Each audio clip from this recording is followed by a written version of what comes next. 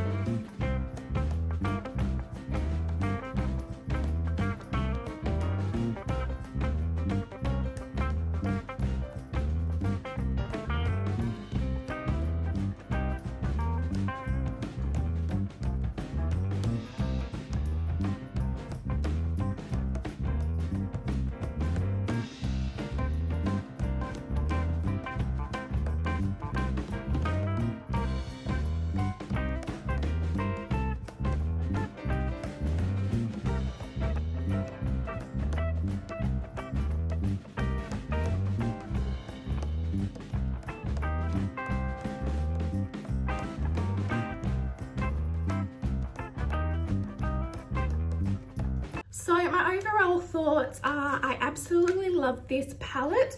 I really like the colors in it. I think there's a lot of different looks that can be done with this palette as well, and I think it will complement pretty much anyone's collection. So I've only done the 2 looks so far with it, but I'm excited to keep playing with it. My only downside with it is there is no super light color for like inner corner highlight or your brow bone highlight. So you just need to add in like one of the Super Shock shadows or something for your inner corner and brow bone. But other than that, I really love it, and congratulations RawBeautyKristi, because yeah, both your palettes for 2020 have been amazing. So I hope you enjoyed today's video. If you did, don't forget to hit thumbs up down below because it really helps me out. And if you're new, don't forget to join my family, hit that subscribe button and change that notification bell to all so you don't miss any of my future videos. And as always, thanks for watching, guys. Bye!